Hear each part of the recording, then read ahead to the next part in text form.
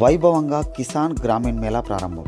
కరీంనగర్లోని అంబేద్కర్ స్టేడియంలో మాజీ గవర్నర్, మాజీ కేంద్ర మంత్రివర్యులు బండారు దత్తాత్రేయ ప్రారంభించారు.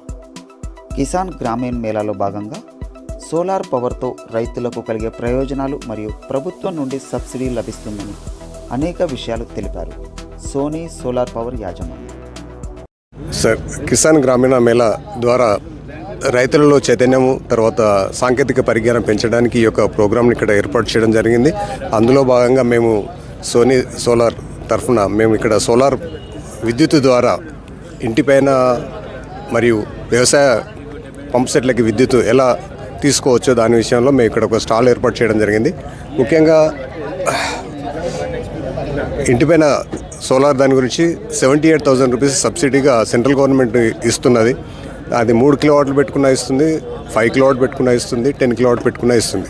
78,000 మనకి ఒక 3 కిలోవాట్ల యూనిట్ పెట్టుకున్నట్టయితే మనకు నెలకు 360 యూనిట్లు జనరేట్ అవుతుంది. మనం 360 యూనిట్ల వరకు మనం వాడుకున్నట్టయితే మనకు కరెంట్ బిల్ 0 అవుతుంది. ఒకవేళ మనం 360 యూనిట్లు జనరేట్ అయ్యి మనం 200 వాడుకుంటే రిమైనింగ్ 160 యూనిట్లకు ₹5 చొప్పున మనకి అమౌంట్ రిటర్న్ వస్తుంది.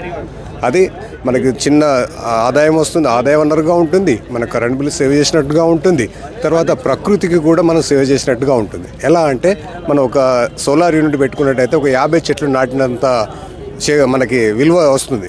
ఎందుకు అని అంటే ఇప్పుడు మన విద్యుత్ అంతా కూడా మనకి బొగ్గు ద్వారా, ఆయిల్ ద్వారా ప్రొడక్షన్ అవుతున్నటువంటిది వాతావరణ కాలుష్యం ఏర్పాటు చేయడం జరుగుతుంది. కాబట్టి మనకి మానవాళికి ఇబ్బందిగా ఉంటుంది. కానీ సోలార్ పెట్టుకోవడం ద్వారా మనకి ఏంటి అని అంటే ఎలాంటి సైడ్ ఎఫెక్ట్స్ లేవు. తర్వాత మనకి నిజంగా చెప్పాలంటే సూర్యుడు అనేది ఒక నిధి లాంటిది. మనకి ఎప్పుడు ఎల్లవెల్లా మనం భూమధ్య రేఖకి మధ్యలో ఉంటాం కాబట్టి మన ఏరియాలో మనకు ఎండ ఎప్పటికీ దాదాపుగా 8 to 10 అవర్స్ వరకు మ్యాక్సిమంగా ఎండ ఉంటుంది. కాబట్టి ప్రొద్దున 8 గంటల నుండి స్టార్ట్ అవుతే 12 గంటల వరకు 90% ప్రొడక్షన్ అనేది స్టోర్ చేసుకోగలుగుతుంది ఈ పలకలు. అలాగే 4 o'clock 5 o'clock వరకు వచ్చేసరికి పూర్తిగా తనకున్న కెపాసిటీలో మొత్తం ఛార్జ్ చేసుకుంటుంది, మనకి విద్యుత్ ఏర్పాటు చేసుకుంటుంది. అది రూప్ టాప్ పైన.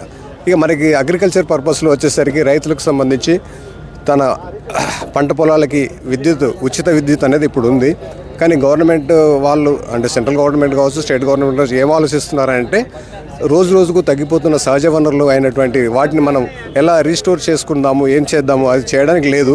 మనకున్న సహజ వనరు అయినటువంటి సూర్యశక్తిని మనం వాడుకున్నట్టయితే మనం విద్యుత్తును అది చేసుకోవచ్చు. దాంతోపాటుగా రైతులకు ఉపాధిగా అంటే కరెంట్ బిల్ కట్టే ఇబ్బంది తప్పుతుంది. అలాగే ఇండస్ట్రీస్ కూడా ఉపయోగపడుతుంది. ఇండస్ట్రీస్ కూడా ప్రత్యేకంగా ఇది ఏర్పాటు చేసుకోవడం జరుగుతుంది. కాబట్టి దీని కొరకు సెంట్రల్ గవర్నమెంట్, స్టేట్ గవర్నమెంట్ పర్యవేక్షణలో లేదా అండర్స్టాండింగ్లో ఏం చేస్తున్నారంటే రైతు కొంత పర్సెంటేజ్ ఒక 10% అంటే ఈ ప్రపోజల్ మాత్రమే కాంపోనెంట్ బి కింద రాబోతుంది. 10% ఒకవేళ రైతు తను కట్టుకున్నట్టయితే మిగతా 90% రాష్ట్ర కేంద్ర ప్రభుత్వాలు కలిసి ఆ యొక్క రైతుకి ఈ యొక్క అగ్రికల్చర్ పంప్ సెట్కి విద్యుత్, సోలార్ విద్యుత్ అందించే ఏర్పాటులో ఉంది. కాంపోనెంట్ బి కింద రాబోతుంది, త్వరలో రాబోతుంది. రైతులు ఎక్కడ సంప్రదించాలి? రైతులు గ్రామంలో చైతన్యం పొందినటువంటి రైతులు ఎవరైతే ఉంటారో వాళ్ళందరూ కూడా ఏం చేయాలంటే 10-20 మంది ఒక యూనిట్గా అనుకొని స్థానిక జిల్లా అధికారి, రెడ్కో అధికారిని సంప్రదించినట్టయితే వారు ఏం చేస్తారంటే ఈ గ్రామానికి సంబంధించిన రైతులు వీళ్ళు అడుగుతున్నారు కాబట్టి వీరికి మనం ప్రభుత్వం తరఫున వాళ్ళు స్పాన్సర్ చేస్తారు. స్పాన్సర్ చేసిన తర్వాత ఏం చేస్తారంటే లోకల్గా వెండర్ అయినటువంటి మమ్మల్ని మేము వారికి ఎన్రోల్ అయి ఉంటాం, రెడ్కోలో మేము ఎన్రోల్ అయి ఉంటాం కాబట్టి మాకు సంప్రదిస్తారు, మీరు చేస్తారా ఈ పని. అలా అంటే మేము ఏం చేస్తాం, మేము రెడీ సార్ అని చెప్పి మేము వాటిని ఇన్స్టాలేషన్ చేయడం జరుగుతుంది సార్. అందుకొరకే రైతుల్లో చైతన్యం తీసుకురావడానికి, అవేర్నెస్ తీసుకురావడానికి ఈ ప్రాజెక్ట్ ఇక్కడ పెట్టాం. ఏది అగ్రికల్చర్ పంప్ సెట్లో మనం ఇట్లా మీరు వాడుకోవచ్చు, ఇది ఉందా, ఇలాంటి స్కీమ్ ఉందా అనేది వారికి తెలియదు రైతులకి. ఇప్పుడు దీన్ని చూసిన తర్వాత ఓకే ఇది మనకు వస్తే కాంపోనెంట్ బి కింద ఒకవేళ వస్తే మేము వాడుకోవడానికి ఒక ఛాన్స్ ఉంది అని ఇప్పుడు వారికి ఒక మైండ్లో ఒక థాట్ వచ్చేసింది. దీనివల్ల దాదాపు ఎన్ని ఎకరాలకి సాగు చేయొచ్చు? 5 HP మోటార్ మనం ఒకవేళ సఫిషియెంట్ వాటర్ ఉంటే దాదాపుగా 5 ఎకరాల పొలం పారియచ్చు.